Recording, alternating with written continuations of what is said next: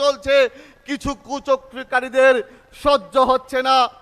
আমরা দেখছি এই নর্থ ত্রিপুরাতে, উত্তর ত্রিপুরাতেও, বিশেষ করে এই ধর্মনগরের যিনি জনপ্রিয় বিধায়ক ছিলেন, জননেতা ছিলেন বিশ্ববন্ধু সেনের, উনার যখন আমাদের ছেলে যখন উনি চলে যায়, তখন এই এলাকাতেও কিছু কংগ্রেসি সিপিএমিরা ষড়যন্ত্র করার চেষ্টা করছে। কারণ উপনির্বাচন আসছে, নির্বাচন আসলেই এই দলগুলার মানুষের কথা মনে পড়ে। আমি আজকের এই যুব সংগঠন থেকে স্পষ্ট ভাষায় বলতে চাই, এই জেলার প্রত্যেকটা মণ্ডলের যেইভাবে যুব ভাই বোনেরা মাঠে নেমেছে, আগামী যে কোনো নির্বাচনে বিরোধীদের জামানত বাজেয়াপ্ত হবে। ভারতীয় জনতা পার্টির নেতৃত্বে যেই প্রার্থী হোক বিপুল পরিমাণ ভোটে, প্রত্যেকটা ভোটে জয়ী হবে। আগামী এডিসি নির্বাচনে আমরা দেখছি বিভিন্ন রাজনৈতিক দল বিভিন্নভাবে এডিসিতে ষড়যন্ত্র করার চেষ্টা করছে। আমি যুব মোর্চার পক্ষ থেকে প্রফেসর ডক্টর মানিক সাহা, আমাদের যিনি জনপ্রিয় মুখ্যমন্ত্রী আছেন, উনাকে ধন্যবাদ ও কৃতজ্ঞতা জ্ঞাপন করছি। উনি এডিসি এলাকায়, প্রত্যেকটা এলাকায় গিয়ে উনি বিভিন্ন কার্যক্রমের মাধ্যমে আমাদের সরকার যে সাধারণ মানুষের পাশে আছে, আমাদের সরকার যে জাতি জনজাতি হিন্দু মুসলিম প্রত্যেককে সঙ্গে নিয়ে কাজ করছে, যেই বার্তা পৌঁছে দিচ্ছে, আমরা দৃঢ় বিশ্বাস আগামী এডিসি নির্বাচনেও প্রত্যেকটা জায়গায় শুধু পদ্ম ফুল ফুটবে। এইটা শুধু সময়ের অপেক্ষা। আজকে এই যুব সংগঠন র্যালি থেকে আমি প্রত্যেকটা যুবক যুবতী ভাই বোনকে বলতে চাই, ভারতীয় জনতা পার্টির আমরা কার্যকর্তা, আমরা যুব সৈনিক। যুব মোর্চা মানে প্রত্যেককে সঙ্গে নিয়ে চলা, যুব মোর্চা মানে ঊর্জা, যুব মোর্চা মানে তেজ, যুব মোর্চা মানে ভারতীয় জনতা পার্টির শক্তিশালী মোর্চা। আমরা প্রত্যেকটা বুথে গিয়ে ভারতীয় জনতা পার্টিকে শক্তিশালী করার জন্য, সুপ্রতিষ্ঠিত করার জন্য আমরা পরিশ্রম করব এবং প্রফেসর ডক্টর মানিক সাহার দেখানো পথকে পাথেয় করে এই রাজ্যে ভারতীয় জনতা পার্টিকে আরো বেশি শক্তিশালী করার জন্য, সুপ্রতিষ্ঠিত করার জন্য আমরা দিনরাত্র কাজ করব। প্রত্যেককে ধন্যবাদ কৃতজ্ঞতা জ্ঞাপন করে আজকের এই সভাতে এত সুন্দর উপস্থিতির জন্য প্রত্যেককে ধন্যবাদ কৃতজ্ঞতা জ্ঞাপন করে আমার এই সংক্ষিপ্ত আলোচনা বিরাম টানলাম। জয় হিন্দ, বন্দে মাতরম, ভারত মাতা কি জয়, বিজেপি জিন্দাবাদ, যুব মোর্চা জিন্দাবাদ। অসীম কৃতজ্ঞতা আপনাকে। এবারে আলোচনা রাখার জন্য অত্যন্ত বিনীতভাবে অনুরোধ জানাবো শ্রী টিঙ্কু রায়, মাননীয় মন্ত্রী, যুব বিষয়ক ও ক্রীড়া, সমাজ কল্যাণ এবং সমাজ শিক্ষা ও শ্রম দপ্তর, ত্রিপুরা সরকার। সকলকে নমস্কার। যুব মোর্চা উত্তর জেলার উদ্যোগে যুব শঙ্খনাথ র্যালি, এই র্যালি মঞ্চে উপস্থিত আছেন আজকের এই অনুষ্ঠানের প্রধান বক্তা তথা রাজ্যের মাননীয় মুখ্যমন্ত্রী প্রফেসর ডক্টর মানিক শাহ মহোদয়। মঞ্চে উপস্থিত রয়েছেন রাজীব ভট্টাচার্য মহোদয়, ভারতীয় জনতা পার্টির রাজ্য কমিটির সভাপতি তথা রাজ্যসভার সাংসদ। মঞ্চে রয়েছেন কাজল দাস মহোদয়, জেলা সভাপতি। মঞ্চে রয়েছেন সুশান্ত দেব, ভারতীয় জনতা যুব মোর্চার রাজ্য সভাপতি। মঞ্চে রয়েছেন বিনয় ভূষণ দাস মহোদয়, বিধায়ক। মঞ্চে রয়েছেন যাদবলাল নাথ মহোদয়, বিধায়ক। মঞ্চে রয়েছেন মলিনা দেবনাথ, ওবিসি মোর্চার রাজ্য সভাপতি। মঞ্চে রয়েছেন অপর্ণা নাথ, সভাধিপতি, উত্তর ত্রিপুরা জেলা পরিষদ। মঞ্চে রয়েছেন জয়জিৎ শর্মা, কিষাণ চক্রবর্তী, আর জয়জিৎ কানু সহ, জন্মজিৎ কানু সহ আপনারা যারা সামনে বিভিন্ন মণ্ডল, জেলা, প্রদেশের পদাধিকারীরা এবং ভারতীয় জনতা পার্টির কার্যকর্তা উত্তর জেলার বিভিন্ন প্রান্ত থেকে এসেছেন, সকলকে শুভেচ্ছা জানিয়ে খুব সংক্ষেপে কয়েকটা কথাই বলবো। মঞ্চে রয়েছেন মাননীয় মুখ্যমন্ত্রী এবং রাজ্য সভাপতি, ওনারা আলোচনা রাখবেন। কিন্তু যেহেতু আমার নিজের জেলা, নিজের শহর, কিছু কথা না বললেই না নেওয়া হয়। 2017 সালের ডিসেম্বর মাসে এখানে যুব শঙ্খনাথ র্যালি হয়েছিল এবং সেদিন আমরা মানুষকে আশ্বস্ত করেছিলাম যে পরিবর্তনের জন্য ভোট করুন, চলো পাল্টাই স্লোগান দেওয়া হয়েছিল। সেদিন আমরা বলছিলাম যে আমরা পরিবর্তন চাই, নতুন সূর্যোদয় আমরা দেখতে চাই, আর সেটা পরিবর্তন হয়েছে। আজ যখন আমি ধর্মনগরের ছেলে হিসাবে যখন আগরতলা যাই, ধর্মনগর থেকে যখন 2.5 ঘন্টা আগরতলা পৌঁছাতে পারি, যে রাস্তাটা 6 ঘন্টার ছিল, এটা আমার জীবনের সবচেয়ে বড় পরিবর্তন হয়েছে। যখন রেল কানেক্টিভিটি দেখি আমি, সাবরুম পর্যন্ত ব্রডগেজ রেল যায় এবং আমাদের রাজ্য থেকে ভারতবর্ষের বিভিন্ন প্রান্তে রেল পৌঁছায়, এটা পরিবর্তন হয়েছে।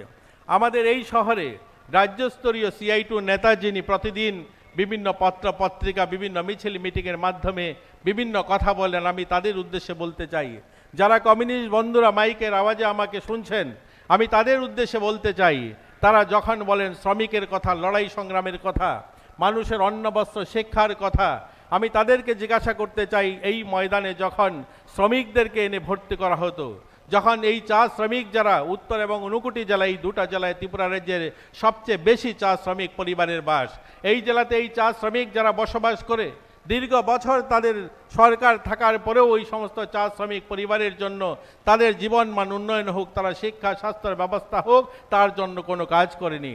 এই সরকারের আমলে আমরা সেই চা শ্রমিক পরিবারগুলোকে আজ জমির পাট্টা দিয়েছি, আজ তাদেরকে আমরা প্রায়োরিটি কার্ড দিয়েছি, প্রায়োরিটি গ্রুপে রেশন কার্ড দিয়েছি, আজ তাদের যে মজুরি 100 টাকা ছিল সেটা আজ 205 টাকা আমরা করেছি। আজ আমরা যদি দেখি নির্মাণ শ্রমিক যেখানে 10,000 টাকা তারা মেয়ে বিবাহের জন্য পেত, আজ 50,000 টাকা পায়, চিকিৎসার জন্য 50,000 টাকা পেত, আজ 5 লক্ষ টাকা পায়, আজ যেখানে মৃত্যু হলে দুর্ঘটনায় যেখানে তাদেরকে 40,000 টাকা দেওয়া হতো, আজ সেটা 4 লক্ষ টাকা পায়। এটা পরিবর্তন হয়েছে। আমি এই মঞ্চে যারা মিডিয়ার সামনে আছেন, আমি আপনাদের সামনে আশা করব, আমার কমিউনিস্ট বন্ধু যারা শুনছেন, আমি নাম নিতে চাইছি না, আমি তাদের উদ্দেশ্যে বলছি, আগামী কোনো প্রোগ্রামের মাধ্যমে আপনারা যখন আলোচনা রাখবেন, আমরা আশা করব আপনাদের কাছ থেকে এগুলো কথার আপনারা জবাব দেবেন। আপনাদের 25 বছর লাগাতার সরকারে আমি জানতে চাই, আপনারা 25 বছর এরকম 5টা কাজ করেছেন কৃষকদের জীবনমান উন্নয়নের জন্য। আমি হলফ করে বলতে পারি, এই রাজ্য সরকারের একজন মন্ত্রী হিসাবে আপনারা বলতে পারবেন না। আপনারা 25 বছর ক্ষমতায় থেকেছেন, কৃষকদের কথা বলে, শ্রমিকদের কথা বলে, অথচ কৃষকদের জীবনমান উন্নয়ন হোক 25 বছরে 5টা কাজ করেছেন সেটা বলতে পারবেন না। আজ আমাদের সরকার আসার পর আমরা 2,85,525 জন কৃষককে প্রায় 889 কোটি টাকা তাদেরকে দেওয়া হয়েছে কিষাণ সম্মান নিধির মাধ্যমে। ফসল বীমা যোজনার মাধ্যমে কৃষকরা যখনই কৃষি কাজ করেন, এই বর্ষার সময় আসলে তাদের কৃষি সামগ্রী যখন নষ্ট হয়ে যায়, তারা যেন রাস্তা নাই বসে পড়তে হয়, তার জন্য ফসল বীমা যোজনা শোনা হয়েছে। প্রায় 14 লক্ষ কৃষককে ফসল বীমা যোজনা করে দেওয়া হয়েছে।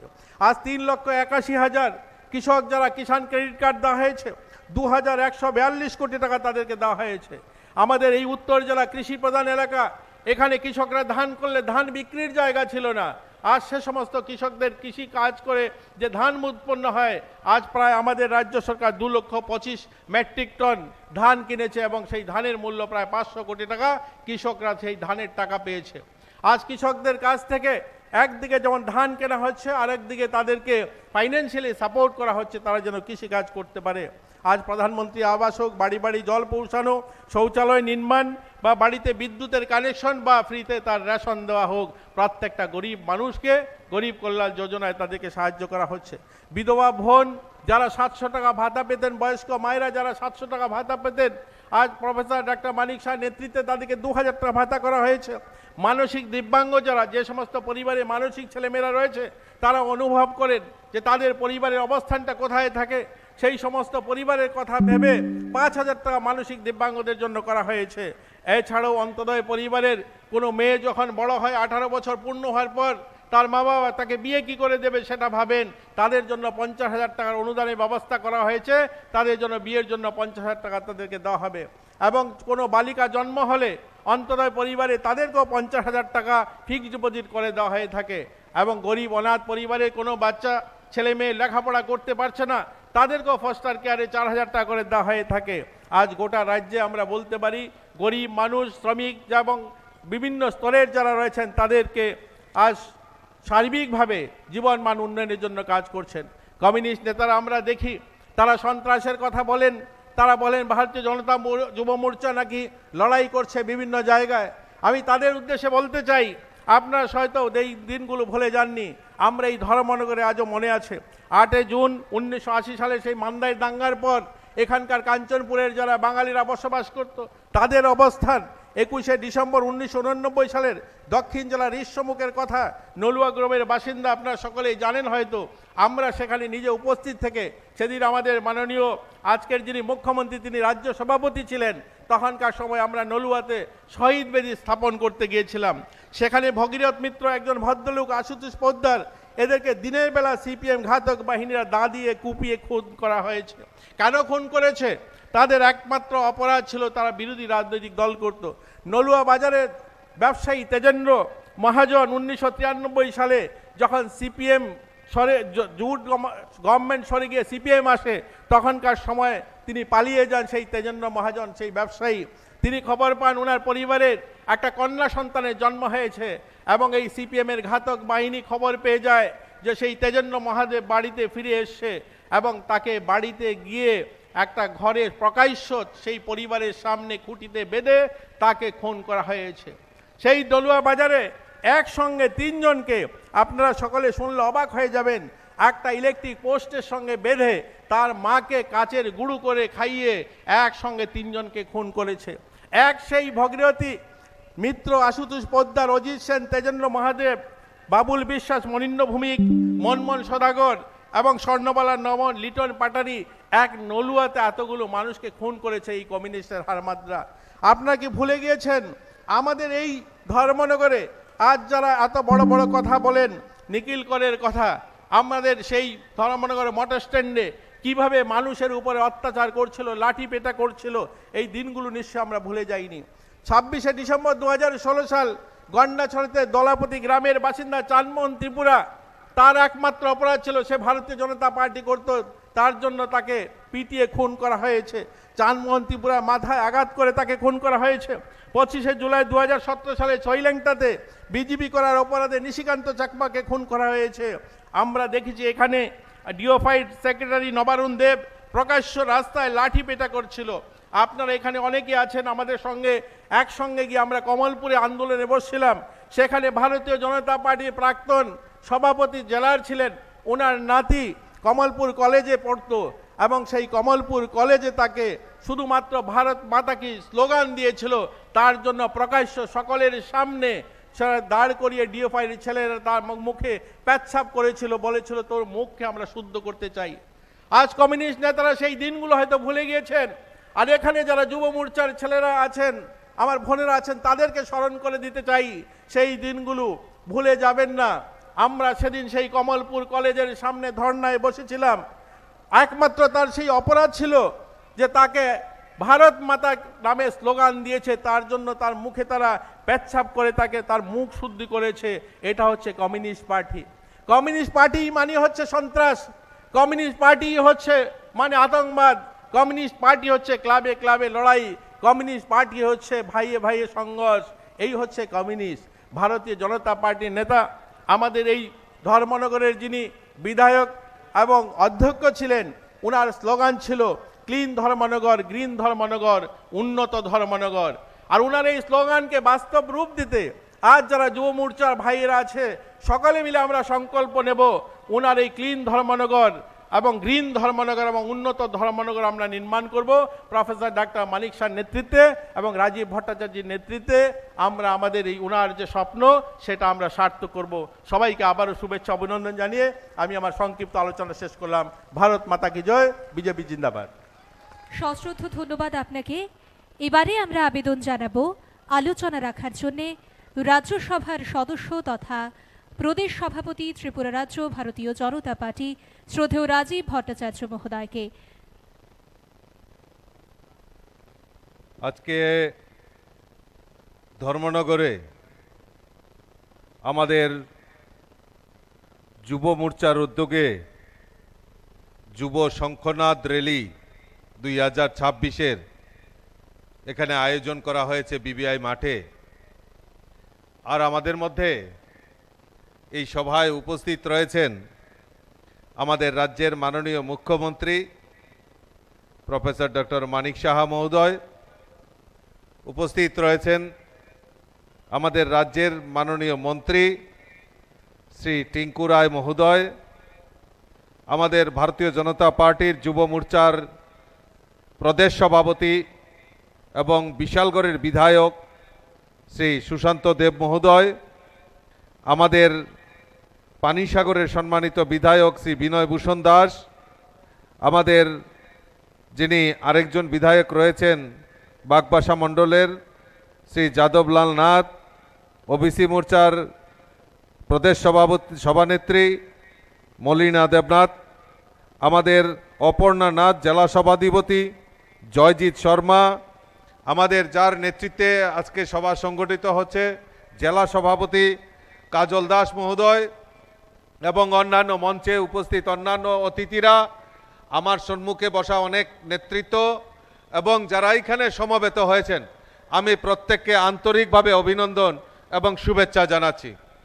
আমি ছোট্ট করেই আলোচনা রাখব, কারণ আমাদের মাননীয় মুখ্যমন্ত্রী এখানে উপস্থিত রয়েছেন। ওনার মূল্যবান বক্তব্য শোনার জন্য আপনারা অধীর আগ্রহে অপেক্ষা করছেন। তা কাজেই আমি ছোট্ট করে আলোচনা রেখে মাননীয় মুখ্যমন্ত্রী তারপর আমার পরেই আপনাদের সামনে বক্তব্য তুলে ধরবেন। আজকে আমার এই যুব শঙ্খনাদ র্যালি আর এইটা দেখে, এই উপস্থিতির সংখ্যা দেখে আমার একজনের কথা খুব বেশি মনে পড়ছেন। আমাদের সদ্য প্রয়াত আমাদের ত্রিপুরা বিধানসভার যিনি অধ্যক্ষ এবং এই এলাকার, এই উত্তর ত্রিপুরা জেলার বলিষ্ঠ নেতৃত্ব, আমাদের স্বর্গীয় আমাদের বিশ্ববন্ধু সেন, উনার কথা খুব মনে পড়ছে। আমি উনার প্রতি শ্রদ্ধাঞ্জলি নিবেদন করে আমি দুই একটা কথা আপনাদের সামনে তুলে ধরছি। বন্ধুগণ, কিছুক্ষণ আগে আমাদের মাননীয় মন্ত্রী শ্রী টিঙ্কু রায় মহোদয় বক্তব্য রাখছিলেন, আর এই বক্তব্যের মাধ্যমে উনি বলেছেন যে আজকে আমরা কেন এই শঙ্খনাদ র্যালি করছি এবং তার প্রয়োজনীয়তা কি, এবং কেন আমরা এই শঙ্খনাদ র্যালির মাধ্যমে আজকে যে উপস্থিতি, সেটা ধর্মনগরের মানুষের মধ্যে একটা বৈশিষ্ট্য এবং তার ছাপ ফেলার জন্য আমরা সবাই আজকে এখানে সমবেত হয়েছি। বন্ধুগণ, আজকে অনেকেই আতঙ্কগ্রস্ত হয়ে গেছেন। অনেকেই তারা বলে থাকেন যে 2028-এ ভারতীয় জনতা পার্টি সরকার আসবে কিনা, ভারতীয় জনতা পার্টি সরকার সংখ্যাগরিষ্ঠ নিয়ে 28 পর্যন্ত সরকার চালাতে পারবে কিনা। আমি আপনাদের কাছে বলতে চাই যে ভারতীয় জনতা পার্টির সরকার 2028 পর্যন্ত চলবে। 2028-এও ভারতীয় জনতা পার্টির সরকার হবে, কেউ রোকতে পারবে না। বন্ধুগণ,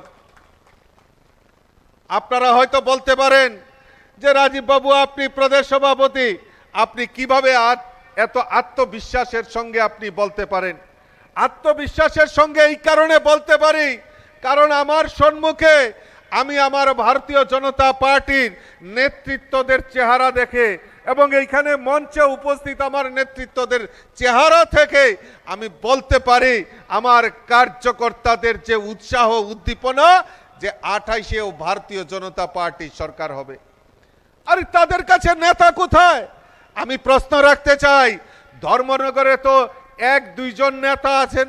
একজন তো কবিতা বলতে বলতে সারা জীবন মানুষকে অত্যাচার করা, মানুষকে নিগ্রহ করা, মানুষকে মারধর করা, এই ধর্মনগরে সন্ত্রাস তৈরি করা, আর প্রয়োজন পড়লে উনি কবিতা বলে থাকেন, সেটা তো আমরা সবাই জানি। আরেকজন নেতা আছেন যিনি সাধারণ মানুষের টাকা আত্মসাৎ করে ব্যক্তিগত সম্পত্তি করেছেন এবং ব্যাংকে গিয়ে নিজেকে দেউলিয়া ঘোষণা করেছেন। এই রকম নেতৃত্ব কি আমরা দেখেছি? আর নেতৃত্বের যদি সম্মান থাকে আর নেতৃত্ব যদি থাকে, তাহলে ভারতীয় জনতা পার্টিতে আছে। আজকে এখানে সারিবদ্ধভাবে আমার নেতৃত্বরা আছেন, আর আমার সম্মুখে আরো বলিষ্ঠ নেতৃত্বরা, যারা উত্তর ত্রিপুরা জেলায় ধর্মনগরকে সুরক্ষিত রাখার জন্য তাদের জীবন যৌবন উৎসর্গ করে দিয়ে তারা নেতৃত্ব দিচ্ছেন ভারতীয় জনতা পার্টিকে রক্ষা করার জন্য। বন্ধুগণ, আজকে কমিউনিস্টরা আজকে উনারা বলতেন যে আজকে ত্রিপুরা রাজ্যে স্বর্ণযুগ চলছে। 2018-র আগে এই ত্রিপুরা রাজ্যে স্বর্ণযুগ চলছে। আজকে যখন আমাদের 2018-তে মন্ত্রিসভা হয়, মন্ত্রিসভার পর আমাদের বিধায়ক বিধায়িকা, আমাদের চিফ মিনিস্টার দৌড়ে গেলেন যে না, নিশ্চয়ই এই যে বিধানসভায় নিশ্চয়ই গেলে পরে সোনাদানা পাওয়া যাবে। প্রাক্তন মুখ্যমন্ত্রী মানিক সরকার দুধে তুলসী পাতা, দুধে একদম মানে সাংঘাতিক অবস্থা। আমরা শুনতাম সাইকেল লইয়া বলে তাই মানে বিধানসভায় যান, সাইকেল লইয়া উনি বাজার করতে যান, উনার মিসেস রিক্সা দিয়া চলেন, উনার খুব মানে এই সাদা মানে পাঞ্জাবিতে কোনো দাগ নেই। তাহলে নিশ্চয়ই আমাদের মন্ত্রীরা তো আমাদের বিধায়ক বিধায়িকারা বলেছেন যে নিশ্চয়ই আমাদের এই সেক্রেটারিয়েটে গেলে নিশ্চয়ই সোনা পাওয়া যাবে, স্বর্ণযুগ চলছে। কিন্তু গিয়ে দেখলেন অত্যন্ত দুঃখের বিষয়, 13,000 কোটি টাকা উনারা এই ত্রিপুরা রাজ্যের মানুষের উপর বোঝা রেখে উনারা সরকার থেকে চলে গেছেন। বন্ধুগণ, তাদের চরিত্র, এই সিপিএম এর কমিউনিস্টের যে চরিত্র, তারা মিথ্যা কথা বলে, মিথ্যা প্ররোচনা করে তারা এই ত্রিপুরা রাজ্যকে শাসন করেছে। পরশুদিন আমি ঋষ্যমুখে ছিলাম, আমি প্রাক্তন মুখ্যমন্ত্রীকে আমি উৎসর্গ করে আমি কয়েকটা কথা বলেছিলাম। আজ প্রায় 3-4 দিন হয়ে গেছে। কই, যদি রাজনৈতিকভাবে মোকাবেলা করেন আসেন, আমিও প্রস্তুত আছি। আমার নামে আমি যদি মিথ্যা কথা বলে থাকি তাহলে আমার নামে মানহানি মামলা করেন, আপনারা প্রেস কনফারেন্স করেন, তার সত্যতা প্রমাণ করেন। কিন্তু না, উনারা করবেন না। উনি রাজীব ভট্টাচার্য খারাপ, অমুক খারাপ, তমুক খারাপ, সোশ্যাল মিডিয়ার মাধ্যমে তারা কয়েকটা এজেন্ট রেখেছে যারা এই সমাজের নিকৃষ্ট লোক, তাদেরকে রেখেছে রাজীব ভট্টাচার্য সম্পর্কে যে মিথ্যা প্রচার, মিথ্যা ইয়ে করে। আরে যদি সৎ সাহস থাকে আসুন না, আমি ডিবেটের জন্য তো তৈরি আছি। আমি তো সেদিনই বলেছি, চ্যালেঞ্জ করেছি যে আসুন না আমরা বসি, আলোচনা করি যে আপনাদের কি ড্রব্যাক রয়েছে এবং রাজনৈতিকভাবে তা মোকাবেলা করার। এই ফেওয়া টেওয়া দিয়া রাজীব ভট্টাচার্যরে ভারতীয় জনতা পার্টিকে রুকা যায় না। ভারতীয় জনতা পার্টি এত থুনকা না যে আজকে আছে কালকে নাই। এই কমিউনিস্টরা মিথ্যাচার করে ত্রিপুরা রাজ্যকে সর্বশান্ত করে দিয়েছেন। খালি স্লোগান দিত ইনকলাব জিন্দাবাদ, আমরা খাবো তোমরাবাদ। আমরা সেই স্লোগান পরিবর্তন করেছি, সবকা সাথ, সবকা বিকাশ, সবকা বিশ্বাস আর সবকা প্রয়াস নিয়ে ভারতীয় জনতা পার্টির এই ডাবল ইঞ্জিনের সরকার ত্রিপুরা রাজ্যে পরিচালিত হচ্ছে। মাননীয় মুখ্যমন্ত্রী, আমাদের দেশের যশস্বী প্রধানমন্ত্রী নরেন্দ্র মোদীজি এবং আমাদের রাজ্যের মাননীয় মুখ্যমন্ত্রী প্রফেসর ডক্টর মানিক সাহার নেতৃত্বে এই ডাবল ইঞ্জিনের সরকার আমাদের এই ত্রিপুরা রাজ্যের আমাদের গরিব, আমাদের যারা শ্রমিক, আমাদের যারা মহিলা, আমাদের যারা ত্রিপুরা রাজ্যের যুবক, আমাদের কৃষক, শ্রমিক, প্রত্যেকের জন্য কিছু না কিছু পরিকল্পনার মাধ্যমে এই রাজ্যকে উন্নয়নের যদি বাতাবরণ তৈরি করে থাকে আমাদের এই ডাবল ইঞ্জিনের সরকার।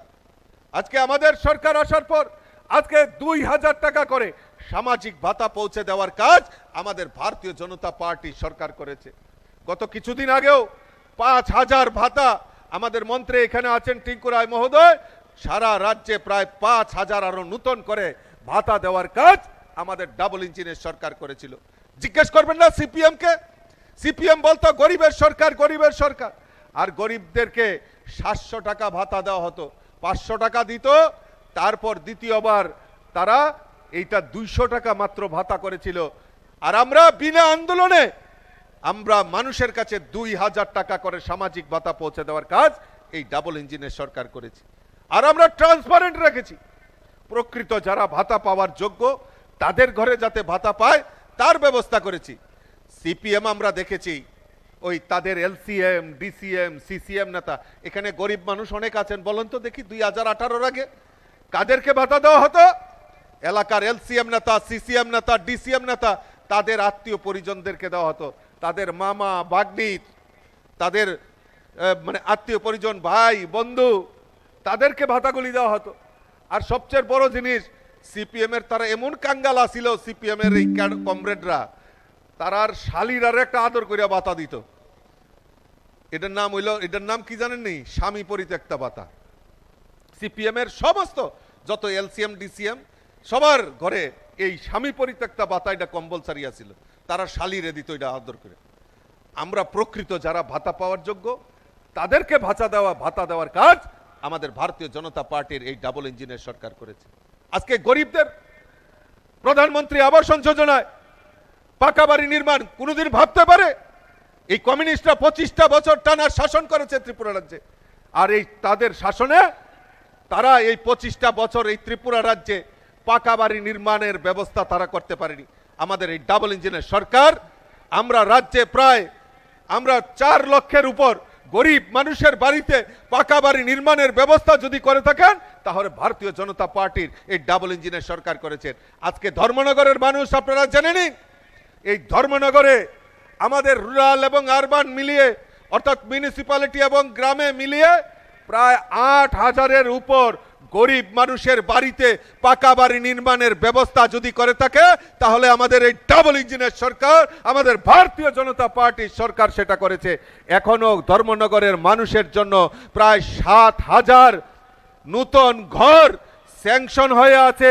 সেটা আগামী দিন এই ধর্মনগরের মানুষের, গরিব মানুষের বাড়িতে পাকা বাড়ি নির্মাণের ব্যবস্থা আমাদের ডাবল ইঞ্জিনের সরকার করতে পারবে। সেটা বুক ফুলিয়ে আমরা সেটা বলতে পারি বন্ধুগণ। আজকে 5 কেজি করে চাল গরিব মানুষের কাছে পৌঁছে দেওয়ার কাজ আমাদের ভারতীয় জনতা পার্টির এই ডাবল ইঞ্জিনের সরকার করেছে। রেশন শপের মাধ্যমে চিনি, ময়দা, সুজি, সরষের তেল, ময় মশলা, সয়াবিন, চা পাতা পৌঁছে দেওয়ার কাজ, যাতে আমাদের গরিব, আমাদের যারা মায়েরা বোনেরা, তারা যাতে আমরা কম পয়সায় কিনতে পারে, তার ব্যবস্থা ভারতীয় জনতা পার্টি সরকার করেছে। আজকে প্রধানমন্ত্রী উজ্জ্বলা জ্যোতি যোজনায় আমাদের যারা মায়েরা রয়েছেন, গরিব মায়েরা রয়েছেন, তাদের জন্য বিনা পয়সায় এলপিজি কানেকশনের ব্যবস্থা যদি করে থাকে, আমাদের ডাবল ইঞ্জিনের সরকার করেছে।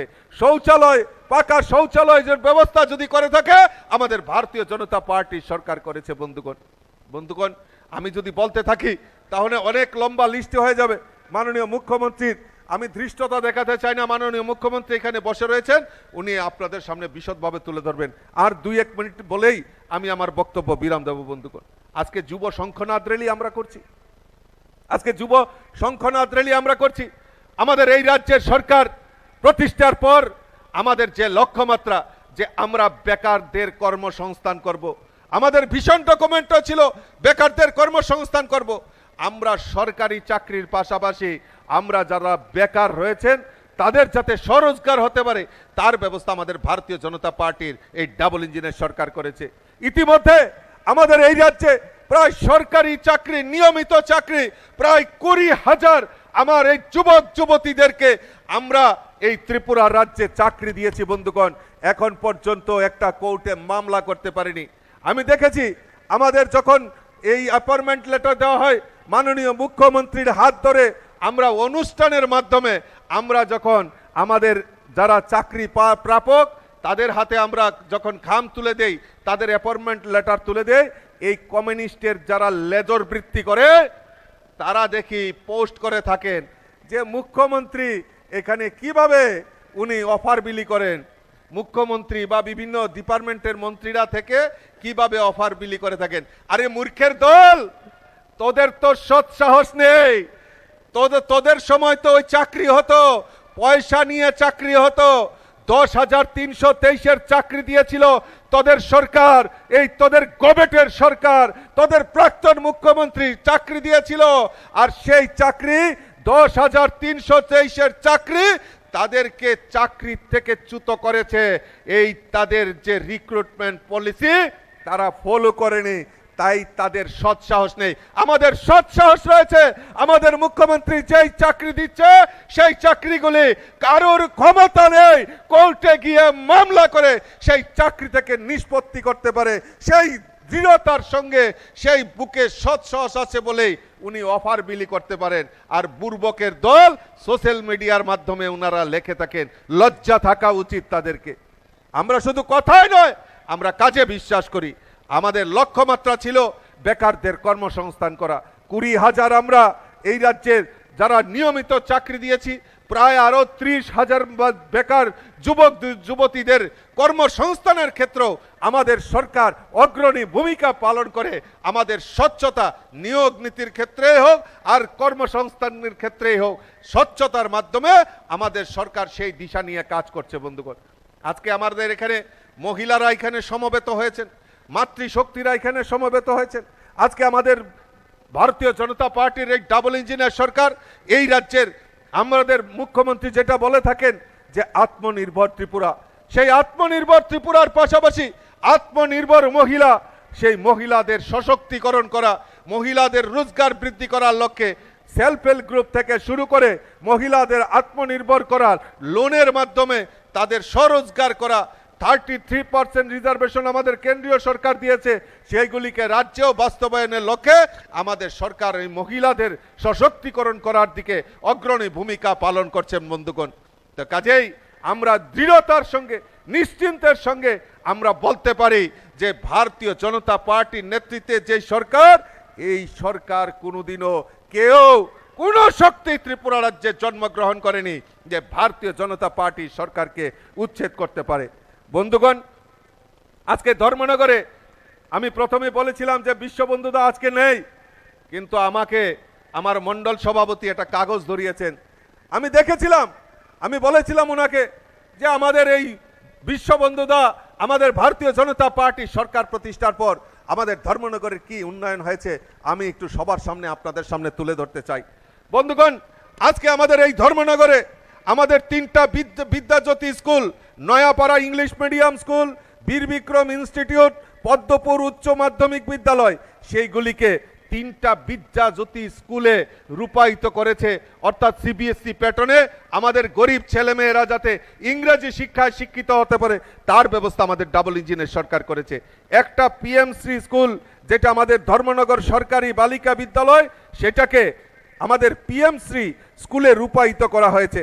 আমাদের পদ্মপুর উচ্চতর মাধ্যমিক বিদ্যালয়ে 5 কোটি টাকা ব্যয়ে নির্মিত স্কুল বিল্ডিং, ল্যাব এবং কনফারেন্স হলের ব্যবস্থা আমাদের ডাবল ইঞ্জিনের সরকার করেছে। নয়াপাড়া ইংলিশ মিডিয়াম স্কুলে 2 কোটি টাকা ব্যয়ে নির্মিত স্কুল বিল্ডিং নির্মাণের ব্যবস্থা আমাদের ডাবল ইঞ্জিনের সরকার করেছে। ইতিমধ্যে রাজবাড়ী বালিকা বিদ্যালয়ে 13 কোটি টাকা যে স্কুল বিল্ডিং নির্মাণ হবে তার জন্য আমাদের মাননীয় মুখ্যমন্ত্রী কিছুদিন আগেই তা স্যাংশন দিয়েছে। রাজবাড়ী স্থিত গোল্ডেন ভ্যালি স্কুলে 2 কোটি টাকা ব্যয়ে স্কুল বিল্ডিং নির্মাণের ব্যবস্থা আমাদের ডাবল ইঞ্জিনের সরকার করেছে। আজকে আসাম আগরতলা জাতীয় সড়ক, যে আমাদের এনএইচ যে 208 জাতীয় সড়ক ধর্মনগরে প্রায় 5টি গ্রামের উপর দিয়ে সেটা যাবেন। মিশন রোড থেকে আমাদের জাতীয় সড়ক ভায়া আলগাপুর বাজার পর্যন্ত 3.5 কোটি টাকা ব্যয়ে সেখানে রাস্তা সংস্কারের কাজ করা চলছে। জেলা হাসপাতালের সম্মুখ থেকে চন্ডপুর ভায়া ভাগ্যপুর পঞ্চায়েতে ন্যাশনাল হাইওয়ে পর্যন্ত 5.5 কোটি টাকা সেখানে রাস্তা নির্মাণের জন্য ব্যবস্থা করা হয়েছে। প্রধানমন্ত্রী গ্রামীণ সড়ক যোজনায় 5 কিলোমিটার পর্যন্ত এই ধর্মনগর এলাকায় রাস্তা নির্মাণের কাজ আমাদের ভারতীয় জনতা পার্টির এই ডাবল ইঞ্জিনের সরকার করেছে। শহর সুন্দরায়ের জন্য ইতিমধ্যেই আমাদের ধর্মনগর শহরের জলাশয়, যেমন আমাদের কালীদিঘি, রানা দিঘি, নয়াপাড়ার কালীদিঘি, পূর্ববাজার দিঘি সাজিয়ে তুলে আমাদের ধর্মনগর সেকেন্ড টাউন, আমাদের ত্রিপুরা রাজ্যের মধ্যে সেকেন্ড টাউন এই ধর্মনগরকে আরো বেশি করে সুন্দর করার জন্য আমাদের ভারতীয় জনতা পার্টির এই ডাবল ইঞ্জিনের সরকার কাজ করছে। বন্ধুগণ, আরো শুধু এই নয়, আজকে আমি জানতাম মাননীয় মুখ্যমন্ত্রী বারবার নর্থ জেলাতে সফর করতেন, আর এই উত্তর ত্রিপুরাকে ঢেলে সাজানোর জন্য মাননীয় মুখ্যমন্ত্রী উদার হস্তে দান করে আমাদের এই ধর্মনগরকে ডেভেলপমেন্টের জন্য ব্যবস্থা যদি করে থাকেন আমাদের ডাবল ইঞ্জিনের সরকার করেছে। বন্ধুগণ, কাজেই বন্ধুগণ, আমি জানি আর কিছুদিন পরেই হয়তো আমাদের ধর্মনগরে বাই ইলেকশন, আমাদের উপনির্বাচন হতে চলছে। আজকে সেটা প্রমাণ হয়ে গেছে। এখানে টিঙ্কুরাই মহোদয় আছেন, আমাদের কাজলদা আছেন, আমাদের নর্থের অন্যান্য নেতৃত্বরা আছেন। আমি দৃঢ় চিত্তে বলতে পারি, আপনারা লিখে রাখতে পারেন যে ভারতীয় জনতা পার্টির পদ্মফুল আবার এই উপনির্বাচনে ধর্মনগরের মানুষ তৈরি হয়ে গেছে। আজকের এই জনসভা থেকে তা প্রস্তুতি হয়ে গেছে যে ধর্মনগরে অন্য কোনো চাষ নয়, পদ্মের চাষ হবে। আর তার জন্য এই পদ্ম চাষের জন্য আমার কার্যকর্তারা তৈরি হয়ে গেছে।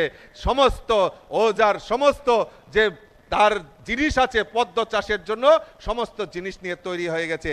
কারণ এই ধর্মনগরের মানুষ ওই যে 2জন নেতা, হাম দো হামারা দো, ছোটা পরিবার সুখী পরিবার, একজন কবিতা কই না, একজন মানুষকে নির্বস্ত্র করেন না, তাদেরকে মানুষ, ধর্মনগরের মানুষ চিনে ফেলেছে। মানুষ তাদেরকে আর রেহাই দেবে না, ধর্মনগরে থাকতে দেবে না। কি বলেন তো, থাকতে দেবেন আপনারা? থাকতে দেবেন এই নেতাদেরকে যারা বিগত দিনে এই রাজ্যের মানুষকে সন্ত্রাস করে, ধর্মনগরে সন্ত্রাস করে ধর্মনগরকে বিনষ্ট করার চেষ্টা করছে? তাদেরকে আগামী দিন উচিত শিক্ষা দেওয়ার জন্য আপনারা তৈরি থাকুন। আমি সকলকে আবারও আন্তরিক অভিনন্দন এবং শুভেচ্ছা জানিয়ে আমার কথা বলা শেষ করছি। তবে আমার সঙ্গে একবার মুষ্টি বন্ধ করে একবার অন্ততপক্ষে চাইয়েন ভিতরটা যাতে ফাঁক না থাকে, তাহলে কিন্তু সিপিএম ইতা বক্কর চক্কর জিডি আছে, ওই যে 2 নেতা বললাম, তারা কিন্তু ঢুকে দিতে পারে। একদম মুষ্টি বন্ধ গলা একদম চিপ করে বলেন ভারত মাতা কি, ভারত মাতা কি, বিজেপি, বিজেপি, নরেন্দ্র মোদী, নরেন্দ্র মোদী, নীতিন নবীন, নীতিন নবীন, আমাদের মুখ্যমন্ত্রী ডক্টর মানিক সাহা, আমাদের মুখ্যমন্ত্রী ডক্টর মানিক সাহা, আমাদের মুখ্যমন্ত্রী ডক্টর মানিক সাহা, ধর্মনগর মন্ডল, ভারত মাতা কি। সবাইকে নমস্কার। সশ্রদ্ধ কৃতজ্ঞতা আপনাকে। আজকের এই যুব শঙ্খনাদ উত্তর জেলার প্রতিটি অঞ্চলে সুস্থ বার্তা পৌঁছে দেওয়ার একটি অন্যতম প্রতিফলন। আসুন এবারে আমরা সকলে মিলে করজোড়ে অনুরোধ জানাবো রাজ্যের মাননীয় মুখ্যমন্ত্রী প্রফেসর ডক্টর মানিক সাহা মহোদয়কে। স্যার, আপনি অনুগ্রহ করে আমাদের সকলের জন্য কিছু কথা বলবেন।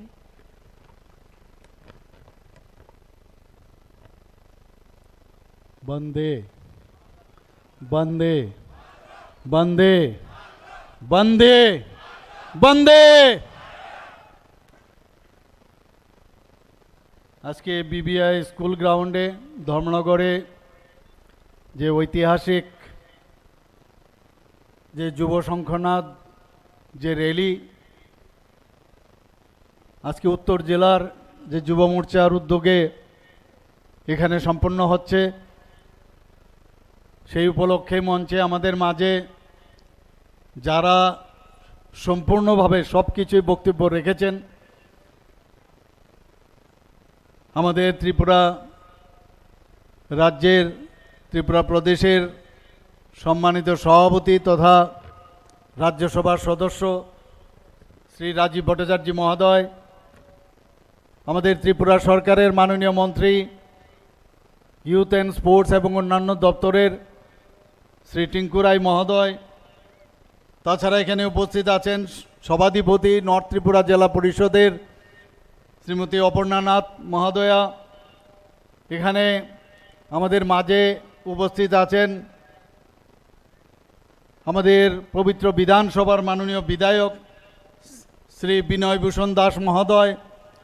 যাদববাবু বেরিয়ে গেছেন, ওনার একটা কাজ আছে আমাকে বলে গেছেন, উনি একটু আগে আমাদের মাঝে উপস্থিত ছিলেন মাননীয় বিধায়ক শ্রী যাদবলাল নাথ মহোদয়।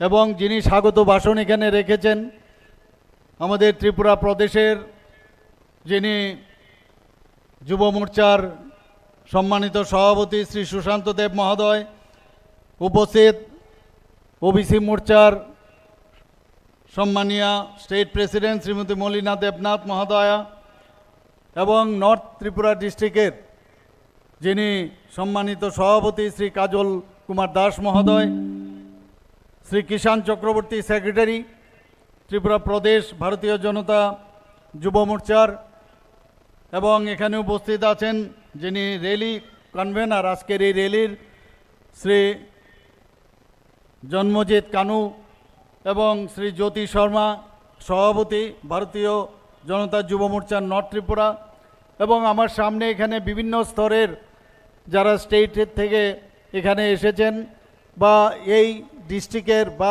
এই মণ্ডলের যারা বিভিন্ন পদে আমাদের ভারতীয় জনতা পার্টির প্রতিনিধিরা এখানে উপস্থিত, কার্যকর্তারা উপস্থিত, এবং বিশেষ করে যারা যুব মোর্চার ভাই বোনেরা এখানে উপস্থিত আছেন, এবং আমার সাংবাদিক বন্ধুরা, সবাইকে আমি হার্দিক অভিনন্দন ও শুভেচ্ছা জানাচ্ছি।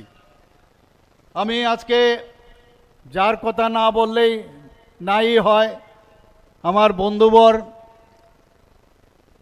আমাদের পবিত্র বিধানসভার যিনি অধ্যক্ষ ছিলেন স্বর্গীয় বিশ্ববন্ধু সেন, এবং তার এই অকাল প্রয়াণে আমাদের সত্যিকারের অর্থে যদি বলতে হয় আমাদের একটা বিরাট অপূরণীয় ক্ষতি হয়ে গেছে।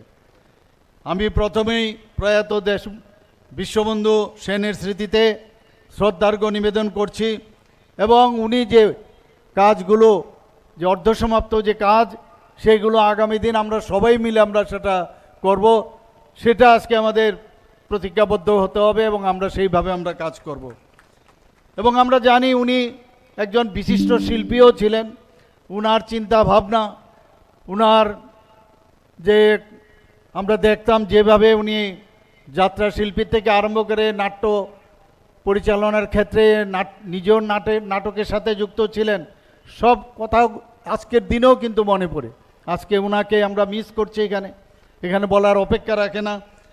এবং উনি এই ধর্মনগরের যে উন্নয়নের জন্য একটা বিরাট স্বপ্ন উনি দেখেছিলেন। প্রায়ই আমাকে ফোন করে বলতেন, আমার এই কাজটা করতে হবে, আমার এই কাজটা দিতে হবে। এবং প্রকৃতপক্ষে উনি যেভাবে ধর্মনগরকে এবং উত্তর জেলাকে যেভাবে ভালোবাসতেন, আমি বিধানসভায়ও আমি দেখতাম সেই যে ফিলিংস, সেটা কিন্তু আমরা দেখতে পেয়েছি সেখানে। আমার পূর্ববর্তী বক্তা অলরেডি বলেছেন যে ধর্মনগরে আমরা কি কি কাজ করেছি আমাদের সরকারের তরফ থেকে, আমি সেই দিকে আমি আর যাচ্ছি না। কিন্তু আমি এতটুকু বলতে পারি, আজকে ট্রেনেও যখন আসছিলাম, আমি আমাদের যিনি রাজ্যসভার সদস্য আমাদের এবং ত্রিপুরা প্রদেশ বিজেপির সভাপতি রাজীব বাবুর সাথে আমি কথা বলছিলাম যে ধর্মনগরকে আমাদের বিশেষ একটা আলাদাভাবে দৃষ্টি দিয়ে এটাকে আরও সুন্দরভাবে কিভাবে সাজানো যায় সেই চিন্তাভাবনা আমাদের করতে হবে এবং আগামী দিন নিশ্চিত আমরা সেটা করব। এবং সেটা কথা নয়, কাজের মাধ্যমে আমরা সেটা দেখাতে চাই।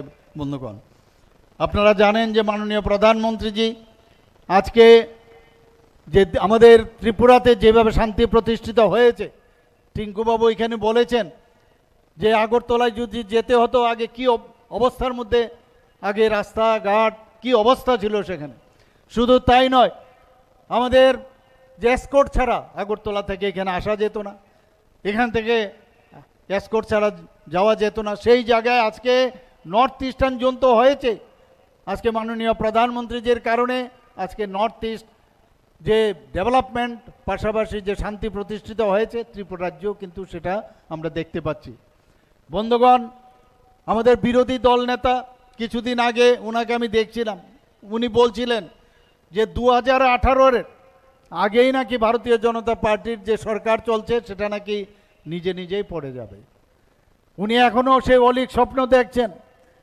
ভেবেছেন 1977-78-এ যেভাবে ওনারা ঢুকে গিয়েছিল সেই সরকারের সময়ে, আর পরবর্তী সময়ে ইতিহাস কিভাবে নিজেদের তো ক্ষমতা নেই, খালি বসে আছে, কবে আমাদের নিজেদের মধ্যে ঝগড়া হবে এবং কিভাবে ঝগড়া লাগানো যায়, আর এই ফাঁকে ওনারা ঢুকে যাবেন, সেই চিন্তায় ওনারা এখন বুঁদ হয়ে বসে আছে। বন্ধুগণ, আমার কষ্ট হয় যে আমরা কাজ নিয়ে সকাল 6টা থেকে রাত্রি 12টা পর্যন্ত আমরা কাজ করি, কাজ নিয়ে মানুষের কাছে আমরা যাই, আর ওনারা বসে আছেন কবে আমাদের মধ্যে ঝগড়া হবে, এবং সেই আশায় ওনারা বসে আছেন। এবং ওনারা আবার নতুনভাবে এই ভারতীয় জনতা পার্টিকে সরিয়ে ওনারা বামফ্রন্টের সরকার এখানে করবেন। হাত মিলিয়েছেন কাদের সাথে? তাদের এই যাদের সাথে এতদিন ধরে ওরা ঝগড়া করেছে, খুন সন্ত্রাস অগ্নিসংযোগ আমরা সবাই জানি, ধর্ষণ থেকে বাদ রাখেনি, তাদের সাথে সেই এখন ওনাদের সাথে বন্ধুত্ব করেছেন। কিভাবে সরকারে আসবে সেই চিন্তায় ওদের রাত্রিবেলা ঘুম হয় না, মানুষের কি কাজ করবে তার জন্য তারা চিন্তিত নয়। আমার পূর্ববর্তী বক্তা বলেছেন যে আমাদের যিনি মাননীয় উপমুখ্যমন্ত্রী ছিলেন, যিনি বর্তমানে তেলেঙ্গানার রাজ্যপাল হয়েছেন, আমাদের জিষ্ণুবাবু, আজকেই আপনারা শুনেছেন যে আজকে ওনাকে মহারাষ্ট্রের যে রাজ্যপাল করেছেন ত্রিপুরা একজন রাজ পরিবারের এক সুসন্তানকে। উনি সেই কথাটা বলছিলেন, কি বলছিলেন যে স্বর্ণযুগ স্বর্ণযুগ। উনি যখন অর্থমন্ত্রী ছিলেন তখন যে অফিসার ছিলেন, প্রথমে অফিসে গিয়ে একদিন বলছিলেন যে আমি অফিসারকে ডেকে বললাম যে স্বর্ণযুগ স্বর্ণযুগ বলছে, একটু কাগজ টাগজটি নিয়ে আসুন, ফাইলগুলো নিয়ে আসুন। ফাইলগুলো খুলে গিয়ে দেখে স্বর্ণের তো দেখাই নেই, 13,000 কোটি টাকার তারা আমাদের উপর থুকে গেছে এবং 13,000 টাকা লোন এই ভারতীয় জনতা পার্টির উপরে তারা এই ঋণ আমাদের কাছে দিয়ে গেছেন। এরকম মিথ্যা মিথ্যা কিভাবে বলতে হয়, আমি এক জায়গায় বলছিলাম কিছুদিন আগে যে মিথ্যাকে কিভাবে সত্যে পরিণত করা যায় তাদের থেকে শেখার আছে। তো আমি বলেছিলাম যে গোয়েবলসের কায়দায়, আপনারা সবাই জানেন যে গোয়েবল সাহেব, আমরা সবাই জানি যে হিটলারের যিনি পরামর্শদাতা ছিলেন, উনি একটা কথা বুঝতেন, একটা মিথ্যাকে বারবার যদি বারবার বলা যায় তাহলে সেটা সত্য হয়। ওনারা সেই কায়দায় এখনও এই কাজগুলো করছেন। আর কতগুলো গতানুগতিক কথা আছে, জল নাই, রাস্তা নাই, চাকরি নাই, শ্রমজীবী মানুষের কাজ নাই, এই রোজ মুখস্থ করা কতগুলো বুলি আছে আর তাত্ত্বিক কথা খালি শুনবেন খালি ওনাদের কাছ থেকে। বন্ধুগণ, আজকে আমরা যদি দেখি ত্রিপুরাতে, এখানে এই ত্রিপুরা রাজ্যে আজকে আঞ্চলিক দিক দিয়ে যদি বলি, আবার সর্বভারতীয় স্তরে 347টা পুরস্কার আমাদের ত্রিপুরা রাজ্য পেয়েছে বন্ধুগণ। এতে কিন্তু চারটিখানি কথা নয়, 347টা পুরস্কার আজকে আমরা 8 বছরের মধ্যে আমাদের ন্যাশনাল লেভেলে আমরা পেয়েছি বন্ধুগণ। আমাদের কিছুদিন আগে আপনারা দেখেছেন মাননীয় প্রধানমন্ত্রীজি বারবার বলছেন যে এই যে ইংরেজদের আমলে অনেকগুলো আইন ইত্যাদি করে গেছে, সেগুলোকে আমাদের সরলীকরণ করতে হবে। কেন মানুষের উপর আমরা সেই বোঝাগুলো আমরা দেবো, সেগুলো সরলীকরণ করতে হবে।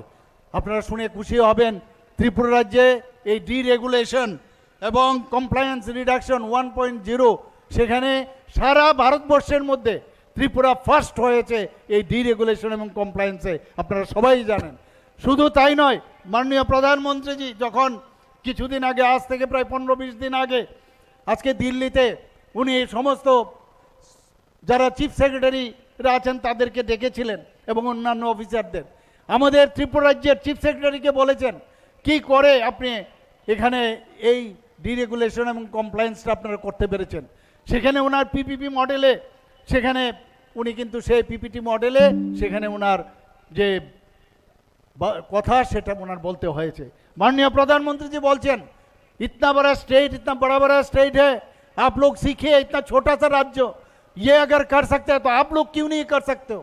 আপনারা বিশ্বাস করুন, যখন উনি ফিরে এসেছেন তারপরে আমাদের কাছে বিভিন্ন রাজ্যের থেকে আমাদের কাছে রিকোজিশন আসতে থাকলো যে কি করে আপনারা সেটা সম্ভব হলো। আমরা বিভিন্ন জায়গায় আমরা আমাদের যারা সেক্রেটারিরা আছেন তাদেরকে পাঠিয়েছি এবং সেখানে গিয়ে ওনারা বুঝিয়েছেন।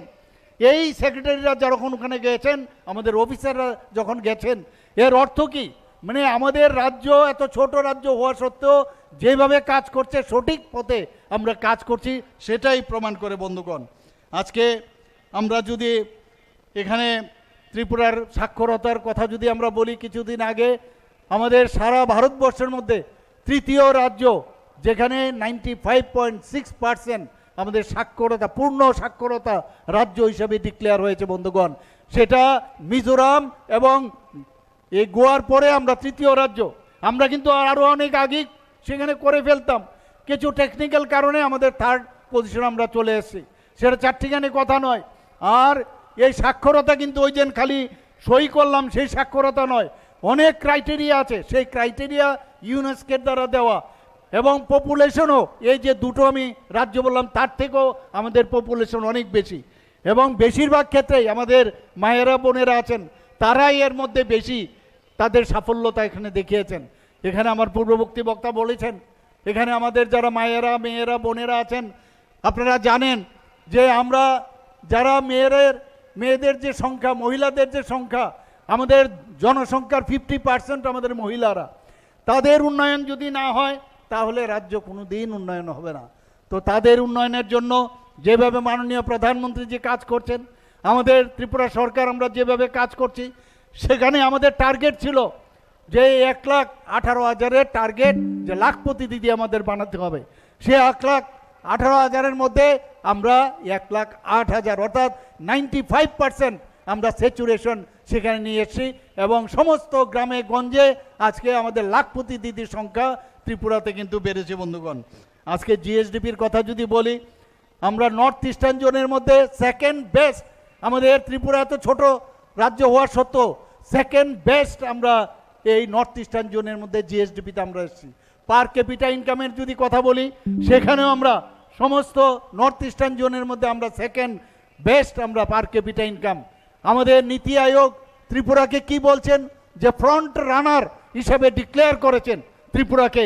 আমাদের প্রতিটা ক্ষেত্রে আমাদের যেসব প্যারামিটারগুলো আছে প্রতিটা ক্ষেত্রে আমরা যে ঠিকভাবে ঠিক দিশায় আমরা কাজ করছি সেইগুলো কিন্তু আজকে আমরা কাজের মাধ্যমে সেগুলো দেখছি।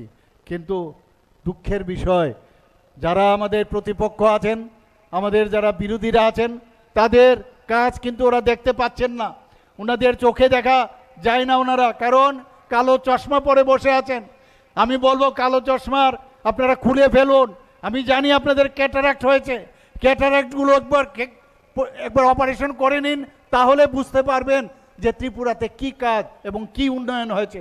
ভারতীয় জনতা পার্টি মানে উন্নয়ন, উন্নয়ন ছাড়া কোনো কথা হবে না। ট্রান্সপারেন্সির মাধ্যমে আমাদের সরকার কাজ করছে। এখন একটু আগে আমাদের মাননীয় রাজীববাবু বলেছেন যে কি কি উন্নয়ন, ইভেন আমাদের এই ধর্মনগরে আমরা কি কি কাজ করেছি সেই কথাগুলো উনি এখানে বলেছেন। অলরেডি আমাদের প্রায় 21,000-এর মতো আমরা চাকরি এখানে দিয়েছি প্রায়। তাছাড়াও আমাদের এগুলো হচ্ছে গভর্নমেন্ট চাকরি, তাছাড়াও প্রায় 5,000 চাকরি আমরা বিভিন্নভাবে, যেখানে কন্ট্রাকচুয়াল আছে, আমাদের আউটসোর্সিং আছে, সেই চাকরি আরও বেশি, সেইগুলো আমরা দিচ্ছি। এবারের বাজেটেও যদি আপনারা দেখেন, আমাদের এবারের বাজেটে মাননীয় প্রধানমন্ত্রীজি কি বলছেন, যে এইবারের বাজেট শুধুমাত্র যুবকদের জন্য বাজেট, আমাদের মহিলাদের জন্য বাজেট, কৃষকদের জন্য বাজেট, গরিব মানুষদের জন্য বাজেট। এবং এই যে চার জাত, এই জাতপাতের রাজনীতি আমরা এতদিন ধরে ভারতবর্ষে দেখে আসছি। আজকে জাতপাত, এই 4টি জাতের যদি উন্নয়ন হয় তাহলে দেশের উন্নয়ন হবে, এবং সেই দিশায় আমরাও কিন্তু ত্রিপুরাতে সেইভাবে কাজ করছি। বন্ধুগণ, আজকে আপনারা জানেন যে prime minister award for excellence in public administration 2025-এ আমরা ত্রিপুরা প্রথম স্থান আমরা অধিকার করেছি। বন্ধুগণ, ধলাই জেলার গঙ্গানগর ব্লক সেরা পারফর্মিং অ্যাসপিরেশনাল ব্লক হিসাবে ডিক্লেয়ার করেছে। গোমতী জেলা সার্বিক উন্নয়নের জন্য পুরস্কার পেয়েছে। এবং আপনারা জানেন যে ত্রিপুরা একমাত্র রাজ্য যেখানে ডিজিটাল পদ্ধতিতে এখন কাজ হয়। আমরা পেপারলেস ওয়ার্ক এখন করছি। আমাদের ক্যাবিনেট থেকে শুরু করে আমাদের মন্ত্রী বাহাদুররা, এখন আমার এখানে মন্ত্রী একজন আছেন এখানে, মন্ত্রী বাহাদুর, আমরা কোনো কাগজ নিয়ে আমরা ক্যাবিনেটে আমরা যাই না, সমস্ত জায়গায় ডিজিটাল প্রক্রিয়ার মধ্যে এখন কাজ হচ্ছে। সেখান থেকে আজকে স্টেট, ডিস্ট্রিক্ট, সাব ডিভিশন এবং ত্রিস্তরীয় পঞ্চায়েত পর্যন্ত ডিজিটাল এই যে অফিস তৈরি হয়েছে, এতে করে কাজের যে গতি অনেক ত্বরান্বিত হয়েছে এবং ট্রান্সপারেন্সিও সেখানে রয়েছে। এবং ত্রিপুরাই একমাত্র রাজ্য যেখানে এটা সম্ভব হয়েছে। বন্ধুগণ, অন্য জায়গায় শুধু সাব ডিভিশন লেভেলে হয়েছে, কিন্তু ত্রিস্তরীয় পঞ্চায়েতে কোথাও সেটা সম্ভব হয়নি। আপনারা সবাই জানেন প্রধানমন্ত্রী জন আরোগ্য যোজনা আমরা 5 লাখ টাকা করে প্রতি বছরে একজন ফ্যামিলিকে আমরা দিচ্ছিলাম, যে যারা গরিব মানুষ আছে তাদেরকে আমরা দিচ্ছিলাম। সেই জায়গায় দাঁড়িয়ে আজকে আমরা মুখ্যমন্ত্রী জন আরোগ্য যোজনা আমরা করেছি, সেখানেও একই পদ্ধতিতে আমরা 5 লাখ করে আমরা দিচ্ছি। এবং ত্রিপুরাই একমাত্র রাজ্য যেখানে সমস্ত মানুষ, এখানে যারা আছেন সবাই আজকে এই স্বাস্থ্য যে সুরক্ষা তার আওতায় আপনারা কিন্তু চলে আসেন। ভারতবর্ষের মধ্যে অন্য কোনো রাজ্যের মধ্যে সেটা হয়নি। বন্ধুগণ, আমরা একের পর এক আমরা চেষ্টা করছি। আমরা এখানে যারা নির্বাচিত প্রতিনিধিরা আমরা হয়েছি, আমাদের কাজে হচ্ছে আপনাদের যেহেতু সংখ্যাধিক্যের কারণে আমরা মন্ত্রিসভা গঠন করেছি, আমরা আগামী দিন নিশ্চয়ই মানুষকে সেটা ফেরত দেওয়ার আমরা কাজ করব। আমাদের প্রশাসনিক কাজে কোনো রকম, আপনারা জানেন যে প্রতিদিন এভরি ফোর্টনাইটলি আমার এখন যেহেতু মাননীয় প্রধানমন্ত্রীজি বারবার বলছেন যে আমাদের এখন এআই এর যুগ চলে এসছে, 5Gর অবস্থা চলে এসছে, সেখানে যত প্রযুক্তিকে ব্যবহার করা যায় তত বেশি আমাদের কাজ। আজকে আমি যদি আগরতলা থেকে এখানে আসি অনেক সময় নেবে, আমি আগরতলায় বসেই আমি প্রযুক্তিকে ব্যবহার করে এখানে ডিএম যারা আছেন, এখানে যারা এসপিরা আছেন বা অন্যান্য আধিকারিক, তাদের সাথে প্রতি ফোর্টনাইটলি আমি কথা বলি। বিভিন্ন নিউজ পেপারে বিভিন্ন স্টোরি আসে, বিভিন্ন খবর আসে, ওনাদের সাথে আমি ফোনে কথা বলি, ওনাদের সাথে ভার্চুয়ালি, যে এই যে খবরটা এসছে সেটার কি আপনারা কি এই খবরটা সম্পর্কে আপনারা জানান। এই যে একটা ভাইব্রেন্ট একটা সরকার, আমরা সেই ভাইব্রেন্ট সরকার আমরা কাজ করছি। আজকে আপনারা জানেন যে কিছুদিন আগে 2025-এ রাইজিং নর্থ ইস্ট সামিট হয়েছিল দিল্লিতে, মাননীয় প্রধানমন্ত্রীজি সেখানে ছিলেন। সেখানে আমাদের অষ্টলক্ষ্মীর 8টা যে রাজ্য আছে তাদের সামিট সেখানে হয়েছিল। মাননীয় প্রধানমন্ত্রী যে এমন সব কাজ করেন দেখলে বুঝতে পারবেন না। যেমন আমি একটা উদাহরণ দেই, কিছুদিন আগে উনি আমাদের মাতা ত্রিপুরেশ্বরের মন্দিরে এসেছিলেন। সেখানে আসার পর উনি কি করেছেন, পুজো দিয়েছেন, কোনো সভা কিচ্ছু করেননি। উনি আমাকে জিজ্ঞেস করলেন যে কীরকম ফুটফল এখানে যারা পুজো দিতে আসেন, কীরকম লোক আসেন। আমি বললাম যে আমার কাছে যা রিপোর্ট আছে প্রতিদিন 3 থেকে 3.5 হাজার লোক আসেন। আমি তখন বললাম ওনাকে, আপনি যে এসছেন এর জন্য আমি নিশ্চিত যে আগামী দিন আরও বাড়বে। এবং বন্ধুগণ, আপনারা শুনে খুশি হবেন যে এরপরে এখন কিন্তু প্রায় 8,000 লোক এবং প্রতিদিন আমাদের এখানে এই ত্রিপুরা সুন্দরী মন্দিরে যাচ্ছেন। উনি যাচ্ছেন, সেখানে গেছেন, কিন্তু পাশাপাশি দেখবেন অর্থনৈতিক উন্নয়ন, সামাজিক উন্নয়ন সেটাও কিন্তু সেখানে হচ্ছে। আপনি মনে আছে যখন আমাদের যখন গঙ্গার আমরা ইয়েতে গেলাম কুম্ভ মেলাতে পদপিষ্ট হয়ে বহু লোক মারা গেছে, আপনারা সবাই জানেন। হঠাৎ করে আমরা দেখলাম মাননীয় প্রধানমন্ত্রী সেখানে গেলেন, সেখানে গিয়ে উনি ডুবকি লাগিয়েছেন। এর কিছুদিন বাদে আমিও গেলাম, প্রচুর লোক, এবং সেই যে ডুবকি উনি বুঝালেন যে অল ইজ ওয়েল, অর্থাৎ কোনো সমস্যা নেই। মানুষ কিন্তু সেখানে তারপর যেতে লাগলো। সেই রকম উদাহরণ আপনার দিলাম। আজকে এই যে আমাদের নর্থ ইস্টের যে সামিট হয়েছিল, সেই সামিটে কি হয়েছে, যে মাননীয় প্রধানমন্ত্রীজি উপস্থিত ছিলেন, ওনার উপস্থিতিতে আম্বানি থেকে আরম্ভ করে অন্যান্য যারা বড় বড় যারা বিজনেস জায়েন্ট তারাও সেখানে উপস্থিত ছিলেন। আদানি থেকে আরম্ভ করে সবাই, টাটার থেকে আরম্ভ করে সবাই। অর্থাৎ নর্থ ইস্টে আপনারা এসে আপনারা নিবেশ করুন, আপনারা শুনে খুশি হবেন। 30,000 কোটি টাকার সেখানে এই অষ্টলক্ষ্মীর 8টা স্টেটের জন্য 30,000 কোটি টাকার মৌ হয়েছে। কিন্তু আরও বেশি খুশি হবেন যখন শুনবেন এই 30,000 কোটি টাকার মধ্যে 15,800 কোটি টাকা শুধুমাত্র ত্রিপুরার জন্য নিবেশ হয়েছে। এবং ডোনার মিনিস্ট্রি থেকে আমাদেরকে বলছিলেন, আরে আপনারা তো আমাদের নাকটা বাঁচিয়েছেন, আমাদের তো মুশকিল ছিল। অর্থাৎ যারা নিবেশ করবে তারা কিন্তু 10 বার চিন্তা করবে যে আমি কোন রাজ্যেতে আমি টাকাটা খরচ করব, সেই জায়গার মধ্যে কীরকম আইন শৃঙ্খলা কীরকম আছে, সেখানে আমি যদি নিবেশ করি তাতে কোনো অসুবিধা হবে না। আপনারা সিঙ্গুরের ঘটনা জানেন, সেখান থেকে টাটা যখন চলে গেল, আজকে সিঙ্গুরে কিন্তু আর ওয়েস্ট বেঙ্গলে কেউ আসে না, কোনো নিবেশ হয় না সেখানে। আজকে আমাদের ত্রিপুরাতে মানুষ আসতে চায়, কারণ আইন শৃঙ্খলা ত্রিপুরাতে 28টা রাজ্যের মধ্যে নিচের দিক থেকে আজকে 3 নম্বরে। শুধু তাই নয়, এই 20 বছরের মধ্যে যে আমাদের যে আইন শৃঙ্খলা যে ক্রাইম কত আপনি হ্রাস পেয়েছে জানেন তো, 8.2%। এই 20 বছরের একটা ইতিহাস সৃষ্টি হয়েছে, 8.2। এবং একটু আগে আমাদের টিঙ্কুবাবু বলছিলেন যে উনাদের সময়ে কি হতো, এই কমিউনিস্টদের সময়ে, কংগ্রেসের সময়ে একই ঘটনা। আমরা সেই যুগগুলো আমরা দেখে এসেছি, সেই স্বর্ণ যুগগুলো, ওনারা তথাকথিত স্বর্ণ যুগগুলো আমরা দেখে এসেছি। আজকে মানুষ শান্তিতে ঘুরতে পারছে, আজকে যে কোনো অনুষ্ঠান খুব সুন্দরভাবে হচ্ছে, মানুষ রাত্রিবেলা বেরোতে পারে, রাত্রিবেলা যেতে পারে যে কোনো জায়গায়। এবং আমি বলছি না যে 100% আমরা করে ফেলছি সব, কিন্তু আইনের শাসন আমাদের সেখানে যেই হোক, সমস্ত রাজনীতির ঊর্ধ্বে উঠে গিয়েও সে আইনের শাসন যাতে প্রতিষ্ঠিত হয় সেই কাজটা আমরা করছি। বন্ধুগণ, বিকশিত ভারতের কথা মাননীয় প্রধানমন্ত্রীজি বারবার বলছেন যে ডেভেলপ কান্ট্রি আমাদের তৈরি করতে হবে 2047-এ। তো এখন ডেভেলপ কান্ট্রি যদি করতে হয় তাহলে এই যে 30+ ট্রিলিয়ন যে ট্রিলিয়নের কথা যে উনি বলছেন ডলার, সেটা কিভাবে সম্ভব হবে? সমস্ত রাজ্যগুলো যদি হয় তবেই তো সম্ভব হবে। সেই কারণে আমারও বিকশিত ত্রিপুরা 2047 আমরাও একটা রোড ম্যাপ আমরা তৈরি করেছি। আপনারা আবার শুনে খুশি হবেন যে আমরা সমস্ত এই যে রাজ্যগুলো আছে এর মধ্যে আমরা কিন্তু 5th পজিশনে, আমরা সাবমিশনের দিক দিয়ে আমরা 5th পজিশন আমরা সেখানে পেয়েছি। বন্ধুগণ, আজকে কৃষি উদ্যান চাষের কথাই বলুন, আমরা ত্রিপুরা এখন যেভাবে কাজ করছে, এখানে প্রায় 47,947 হেক্টর জমিতে মুখ্যমন্ত্রী ইন্টিগ্রেটেড ক্রপ ম্যানেজমেন্ট প্রোগ্রাম সেটা অলরেডি গ্রাউন্ডিং হচ্ছে এবং কাজও সেখানে বাস্তবায়িত হচ্ছে। 26,500 হেক্টর এলাকায় অর্গানিক ফার্মিং করার আমরা ব্যবস্থা এখানে করেছি। প্রধানমন্ত্রী ধনধান্য কৃষি যোজনায় সেখানেও কিন্তু আমরা উত্তর জেলাকে আমরা সেখানে প্রাধান্য দিয়েছি এবং সেখানেও সেটাকে আওতায় আনার আমরা ব্যবস্থা করেছি। 2025-26 অর্থ বছর আমরা কুইন আনারসকে গ্লোবাল ব্র্যান্ড হিসাবে গড়ে তোলার জন্য আমরা সেই উদ্যোগ আমরা নিয়েছি। National mission on edible oil palm প্রকল্পে 4,010 হেক্টর এলাকায় অয়েল পাম চাষ আমরা ব্যবস্থা করেছি। বন্ধুগণ, আমরা প্রাণী সম্পদ বিকাশ যোজনায় প্রাণীদের স্বাস্থ্য এবং তাদের যাতে প্রজনন হয়, বৈজ্ঞানিক পদ্ধতিতে যাতে লাইফস্টক ম্যানেজমেন্ট হয়, তার জন্য আমরা বিশেষ গুরুত্ব আমরা দিয়েছি। বন্ধুগণ, মুখ্যমন্ত্রী প্রাণী সম্পদা বিকাশ যোজনায় আমরা সেখানে মহিলাদের যাতে বেশি করে ইনভলভ করা যায় তার ব্যবস্থা আমরা করেছি। বিশ্বব্যাংক থেকে আমরা টাকা নিয়েছি।